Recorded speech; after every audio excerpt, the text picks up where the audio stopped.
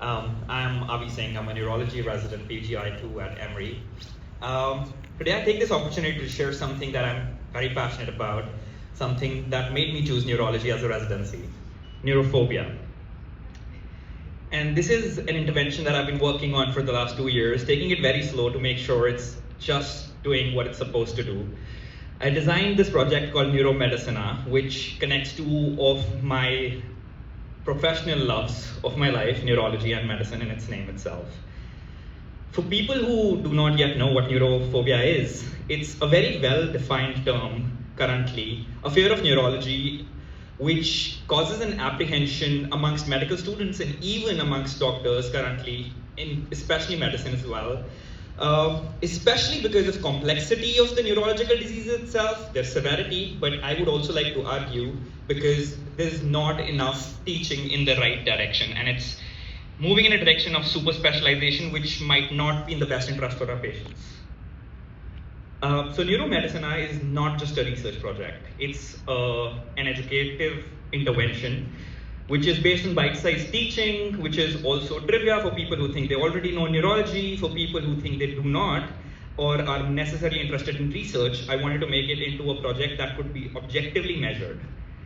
So the research project part of it basically focuses on ascertaining the prevalence of neurophobia amongst different cohorts for sure, but to also evaluate the effectiveness of Neuromedicina, which is an original trivia-based interactive educational intervention based on concepts like interleaving, active recall, spaced repetition. The sheets that I've shared with the judges are basically 10 questions that I have originally designed with all the special MCQ choices in a very specific way that we'll talk about. But the evaluation is based on something called the Kirkpatrick model that I'm sure a lot of us are aware about. But essentially, to make it into as comprehensive a project, I wanted to evaluate it over all 4 levels. As of now, we are on level 1 and level 2, which assess reaction and learning. But the plan is for it to also assess behavior and the impact by the end of my residency itself. So the methodology, I think, is important. This survey QR basically takes you to how the survey looks like. But importantly, what happened was we used this session as a 1-hour didactic session in medicine programs, especially at Emory where I was at. So we have 4 different sites over there.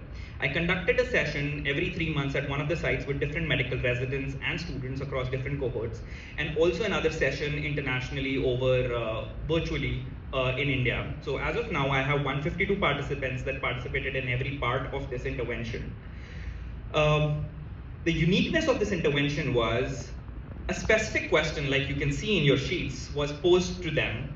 They answered that question with just their prior knowledge, with no extra education. And right after that question, a short 30-second bite-sized teaching point was made based on the education, the knowledge that they probably already had. And from there on, such 10 different topics were taken, which were within neurology, but relevant to medicine. At the end of that, a short post-event questionnaire was taken, which were similar questions, slightly tweaked, all verified by board-certified medicine and neurology faculty, just to make sure that it's assessing everything correctly. But the other thing that was also done at the end, a survey was taken, which assessed 10 different questions, assessing 3 composite variables that I think are super important in terms of neurophobia: the prior comfort, the confidence, and curiosity towards neurology. They were assessed to assess Kirkpatrick level 1, the reaction. These were the 10 different questions that I won't go into the details of, but 3 or 2 of these were clumped together as a composite variable.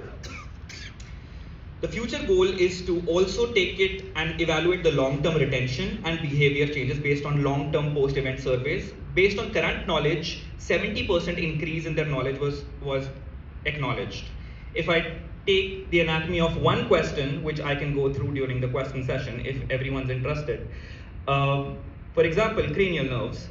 We talk about Bell's palsy, which is a very common consult with medicine concerning for stroke versus Bell's palsy, and there is a lot of things that we as medicine folks know, but I wanted to tailor it to people based on in PGY1s who used to consult us if we are worried for a stroke.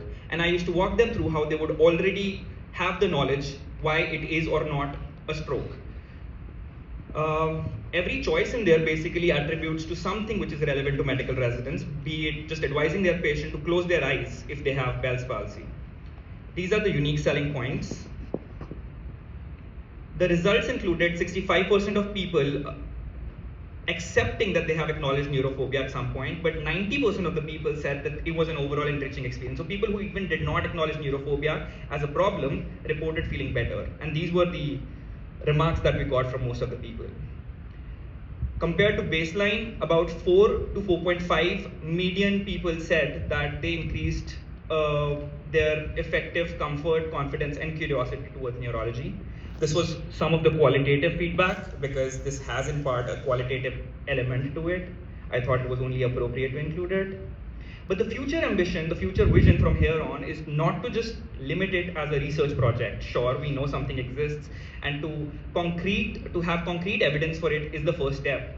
But I would love to expand it as globally towards as many institutions, be it nationally, internationally, because this is very intentionally made to be very simple, very adaptable, and the things that I've thought in those directions are to build spin-offs for students, to build spin-offs from faculty based on the remarks and the feedback and the requests that I got from Emory faculty, but also make short video sessions for the same so that people who are in remote areas and cannot access the teacher in person, because this will definitely depend on the quality of teaching, how much you can make the audience be interested. So have YouTube video sessions for the same.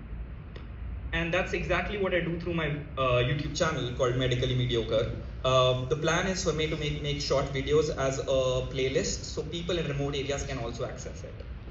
So our pilot study elucidated the incredible potential of interactive trivia-based learning tools in reducing neurophobia through adopting principles of interleaving and active recall. These are just few of the questions that you've been seeing. So the concept of interleaving is basically different topics, CNS infections, neuropathy, seizures, but not everything about seizures. The medications that medicine folks come across, things that you are worried about, side effects, because you are taking care of other things, but your patient is on Keppra, your patient is on topiramate. A common consult, oh, I'm concerned for MS, what imaging do I order? And you're calling neurology for the same. But you know McDonald's criteria, so temporal and spatial distribution. So you know yourself that, oh, if it's enhancing, that means temporal distribution, and for something to enhance, it needs to be a contrast-mediated imaging. And MRI is better spatially, so you already know the answer. It is MRI with and without gadolinium. And I've also tried to make some mnemonics or some witty comments to help you remember those, because for some people, it's just about also remembering what they need to do. Hypercoagulable states, neuromuscular, why MND or ALS is not going to ever cause sensory changes because the name itself says motor neuron disease. Stroke, LVOs, neuroanatomy catering to students, and just things that I believe are very relevant to medical students and professionals. This is the faculty that helped me verify my questions, and this is the team where it all started back in India. Thank you so much.